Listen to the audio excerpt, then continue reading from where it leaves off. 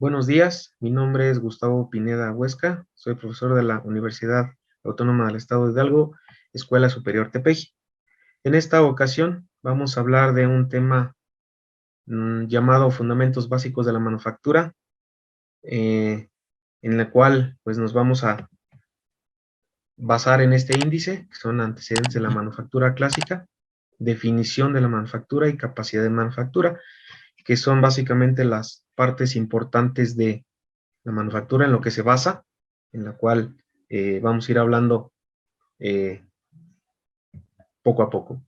El objetivo de esta presentación, bueno, pues es analizar y comprender el proceso de manufactura desde sus inicios, cómo surge, cómo va evolucionando hasta la actualidad, cuáles son los objetivos, en este caso, bueno, pues ver la importancia histórica de la manufactura, su definición y la capacidad de esta, cómo ha ido evolucionando, creciendo hasta llegar a lo que conocemos hoy en la actualidad. Muy bien. Entonces, partimos desde la palabra manufactura, que viene del latín manufactus, que significa hecho a mano, y que apareció por primera vez en 1567. Pero la manufactura como tal viene desde la prehistoria, cuando el ser humano iniciaba sus actividades, empezó a crear sus propios utensilios de trabajo, sus propias herramientas para la caza, sobre todo para solventar sus necesidades básicas, que era comer, tener un refugio, sentirse protegido, y utilizaba los materiales que tenía a mano, en este caso eran piedras y madera. Esto dio como resultado los primeros utensilios y la manufactura en sí, aunque de manera rústica, bueno, pues fueron los primeros utensilios y por eso la palabra manufactura significa hecho a mano. ¿Por qué? Porque, bueno, pues el ser humano, sus primeras herramientas, sus primeros utensilios los hizo todos a mano con materiales que tenía, pues, ahí cerca. La manufactura, ya un poco más en forma, se originó en los años 5000 y 4000 antes de Cristo, con el uso de herramientas básicas, ya incluyendo la cerámica y algunos metales. Ya la madera ya la venían utilizando desde antes, junto con las piedras, para crear lanzas, cuchillos, bandejas y cosas por el estilo. Los materiales y procesos que se utilizaron para dar forma a productos se fueron desarrollando gradualmente, con crecientes capacidades de producción y mayores niveles de calidad. Esto significa, bueno, que el, el humano se empezó a dar a la tarea de buscar mejores materiales que le dieran un mejor resultado y pues por consecuencia eh, satisfacía de una manera más eficiente sus necesidades básicas. La manufactura se divide en dos facetas. La primera es el descubrimiento e invención de los materiales y los procesos de producción para los bienes que necesitaban. Y la segunda parte es el desarrollo de los procesos de manufactura, donde ya empezaban a crear técnicas, empezaban a crear ciertos pasos, pues para generar cuchillos, lanzas, bandejas y todos sus utensilios que necesitaban en aquel entonces. Obviamente, el ser humano de la prehistoria pues se enfocó en esta primera etapa que era descubrir los materiales correctos para hacer sus utensilios, sus herramientas y empezar a crear los procesos correctos para generarlos. Conforme fue avanzando el tiempo, pues el ser humano empezó a perfeccionar estas técnicas, transmitiéndolas de generación en generación como una forma de preservar el conocimiento y pues garantizar que más adelante pues sus descendientes supieran generar estas herramientas o utensilios. Los materiales es una parte importantísima porque así como los procesos de manufactura fueron evolucionando, también los materiales, sobre todo el uso de metales. Cuando empezó eh, a descubrirse estos minerales, pues la evolución de la manufactura dio un paso agigantado, en el cual pues empezaban a generar artículos ya con metales como el oro, el cobre, hierro, plata y más, donde ya no nada más se creaban herramientas para caza o para defenderse, sino ya eran adornos, eran cosas de uso común, como bandejas, platos, vasos, adornos para el cuello, las muñecas y cosas por el estilo, porque bueno, pues ya se tenía una cierta facilidad para transformar estos materiales. Por ahí también, cuando surge el acero, ¿verdad? Todo cambia. Recordemos que al paso del tiempo existió la edad de bronce, la edad de hierro, en la cual, bueno, pues eran materiales relativamente duros y quien tenía ese tipo de materiales, bueno, pues podía aspirar a mejores conquistas, caza y cosas por el estilo. Entonces resulta que, bueno, cuando se produce por primera vez el acero, pues se dan cuenta del potencial, ya que se pueden generar mucho mejores armas que con el bronce. Y en esta situación, bueno, pues el acero toma mucha ventaja sobre de los primeros materiales o de los primeros metales que surgieron.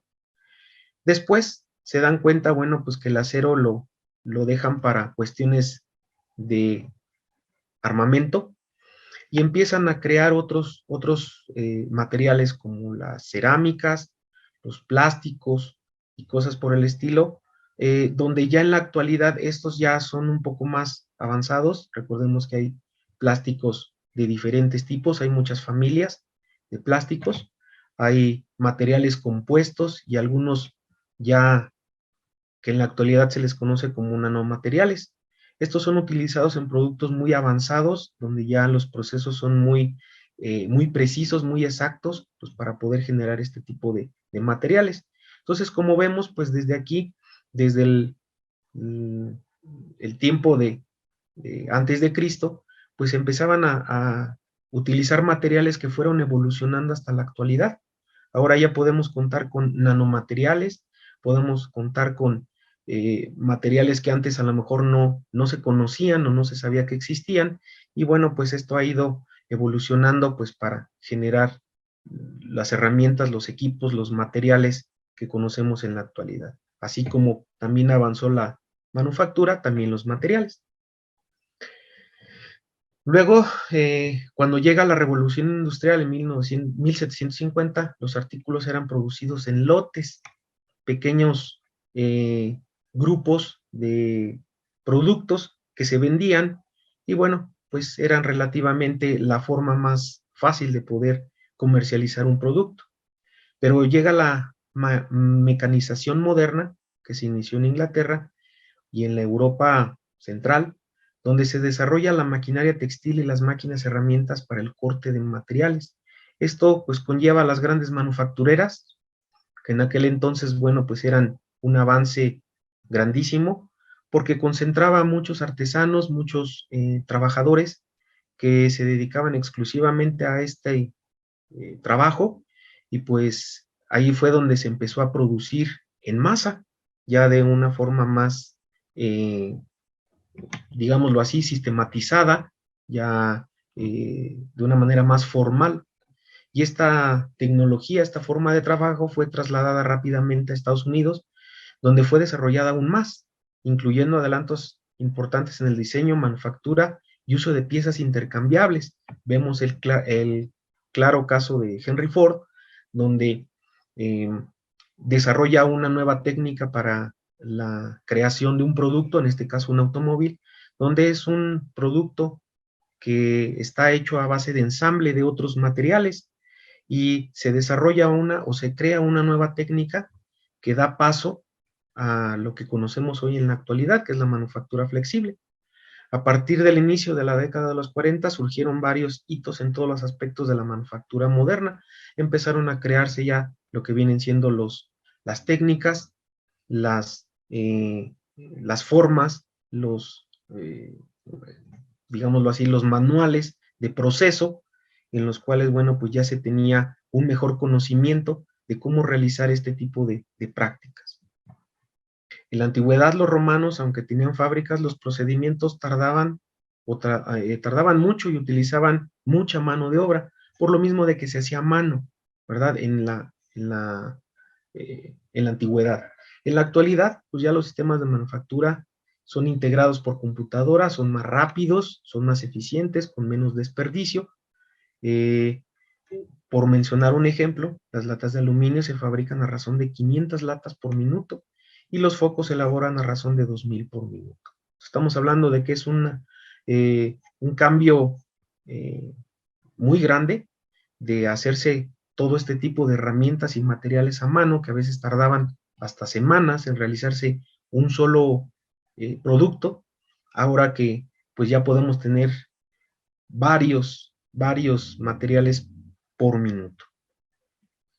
La manufactura, bueno, pues es una serie de actividades y de operaciones interrelacionadas que involucran diseño, selección de materiales, planeación, producción, aseguramiento, administración y mercadeo de bienes discretos y durables.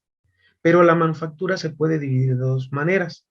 La primera es de la forma tecnológica, que involucra aquel proceso en el que se inicia un material a través de eh, diferentes procesos, que es transformado en una pieza o algo similar para fabricar productos terminados.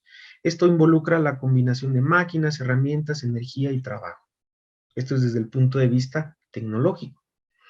Desde el punto de vista económico es la transformación de materiales en artículos de mayor valor a través de un proceso o ensamblado. El punto clave es agregar valor al material cambiando su estructura o en su defecto combinar varios materiales también alterados. Estas dos definiciones son importantes porque desde el punto de vista donde se vea, pues nos habla de una transformación del material, de cómo llega a cómo se obtiene el producto terminado. Visto desde el punto de vista tecnológico, bueno, pues involucra toda la maquinaria, equipos, herramientas que se utilizan para transformar la materia prima. Y desde el punto de vista económico, bueno, pues es el beneficio que nosotros obtenemos al transformar este material en algo diferente a lo que llegó y poderle dar un valor agregado y poder obtener ganancia, ¿verdad? Entonces, por eso la definición de la manufactura tiene estas dos vertientes, desde el punto de vista tecnológico, desde el punto de vista económico.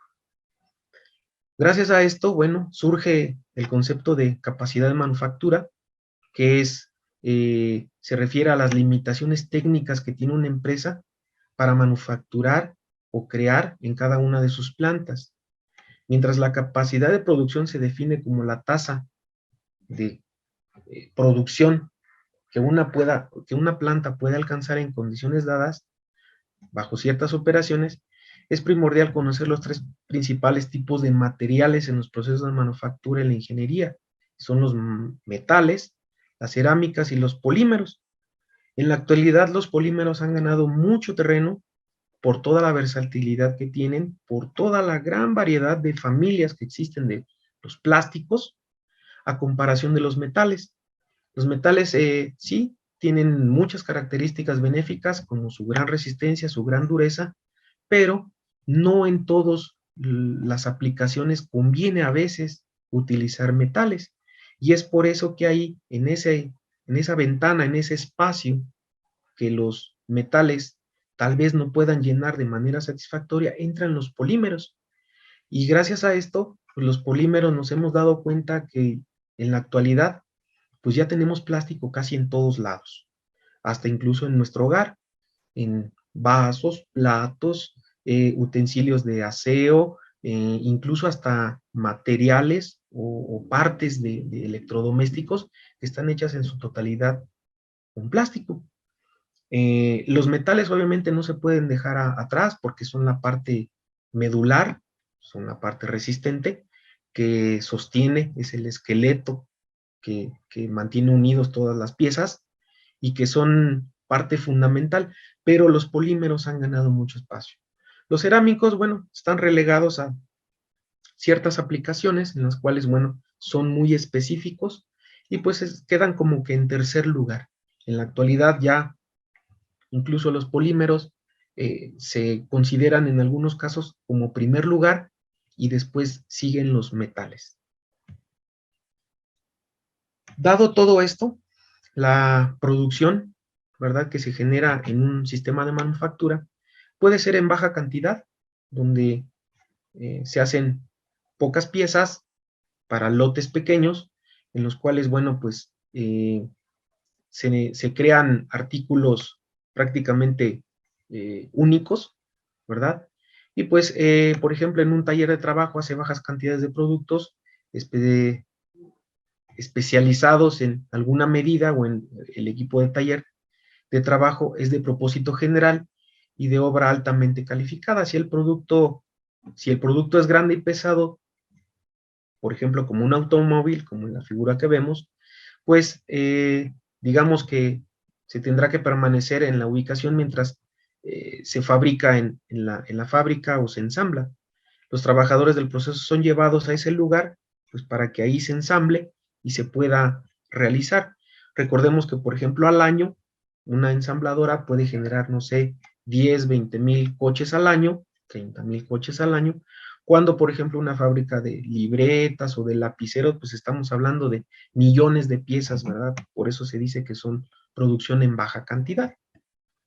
Producciones de mediana cantidad, bueno, en este caso, cuando ya la variedad del producto es más alta, es fuerte, el enfoque usual es que sea por lotes, ya lotes más grandes, con una capacidad de abastecer el mercado un poco más amplia. Son productos de mediano tamaño, de un peso regular, por ejemplo, como vemos en la imagen, pues a lo mejor un taller de costura donde ya se piden volúmenes un poco más grandes, como pantalones, playeras o cosas por el estilo, donde, bueno, pues el producto es relativamente manipulable, o es fácil de manipular, y por eso se considera que son productos o que su producción es de mediana cantidad. Y en el caso de altas cantidades son productos casi que de consumo inmediato, por ejemplo, como refrescos o productos de uso más frecuente, eh, se conoce como producción en masa ya. La situación se caracteriza por la alta demanda del producto y porque las instalaciones están dedicadas exclusivamente a este tipo de manufactura y pueden, digámoslo así, pueden tener la capacidad de generar miles de productos en un corto periodo de tiempo. Todo esto ha sido, bueno, obviamente la manufactura que ha ido evolucionando, ha ido creciendo, desde que se creaban a mano las piezas hasta en la actualidad que ya se generan lotes muy grandes en altas cantidades para que esto ya se le considere como una eh, producción en masa, ¿verdad? Entonces, estas son las bases de la manufactura, son los fundamentos básicos de la manufactura, eh, que en la actualidad, bueno, se han vuelto importantísimos. Espero que les haya servido. Muchas gracias, hasta luego. Este video es presentado por el Sistema Ciencia Garza Educativa de la Universidad Autónoma del Estado de Hidalgo.